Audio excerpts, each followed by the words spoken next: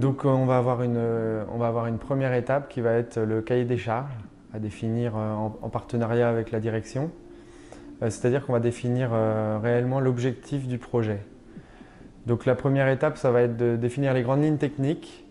On va passer un petit peu de temps sur les grandes caractéristiques mécaniques, c'est-à-dire si on parle du 3 Hz, 4 Hz ou des choses comme ça, très techniques. Et puis ensuite, une fois qu'on aura défini ces grands principes techniques, on ira un petit peu plus loin dans le cahier des charges pour arriver à cibler plus le projet. Au bout de quelques mois, on va arriver à avoir un cahier des charges définitif. À ce moment-là, on sait quel type de mouvement, quelles complications on aura, quelle réserve de marche, et ainsi de suite. À partir du cahier des charges, là, on va pouvoir commencer une préconception qui permet de définir la faisabilité technique complète du cahier des charges. Donc, c'est-à-dire que là, on va dessiner tous les éléments du mouvement, l'oscillateur, le barillet, définir les forces, définir toutes les complications. Et à partir de là, on pourra définir si c'est bien réellement possible de faire ce mouvement. Alors l'étape d'après, une fois qu'on aura donc défini tous les composants de manière précise, on va ensuite tout transformer ces composants 3D en dossier de plan. On est dans la phase d'industrialisation pour la partie fabrication des composants. Par contre, on est dans la phase prototype pour valider le mouvement. C'est-à-dire qu'on fait en parallèle pour avoir un prototype au plus proche de la série.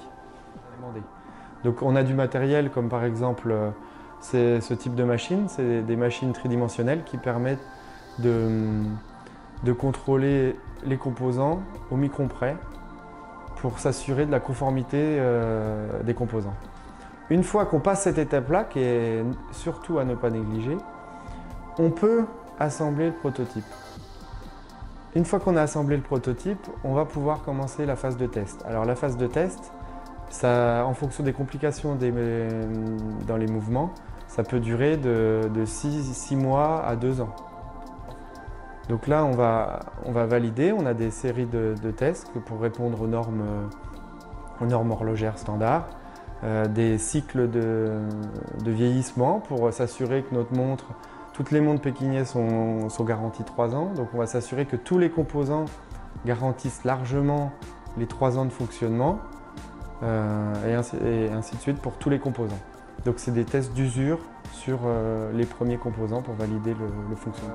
Au moment des tests, on est amené à forcément faire des modifications sur certains composants qui ne réagissent pas tout à fait comme on avait prévu par rapport à la théorie, par rapport aux calculs statiques ou cinématiques que nous on fait en 3D. Et donc là, on modifie la géométrie du composant pour recaler le composant ou recaler la fonction par rapport à l'objectif qu'on a besoin en pratique, quoi. Dès le moment où on a validé le mouvement prototype, là après il va y avoir une étape suivante qui va être industrialiser, commander les composants pour la pré-série. Et en parallèle de cette action, on va réaliser tous les dossiers méthodes, tous les dossiers de gamme d'assemblage pour permettre aux horlogers d'assembler ce mouvement d'une manière optimale avec tous les points de graissage, tous les points d'huilage et toutes les spécifications.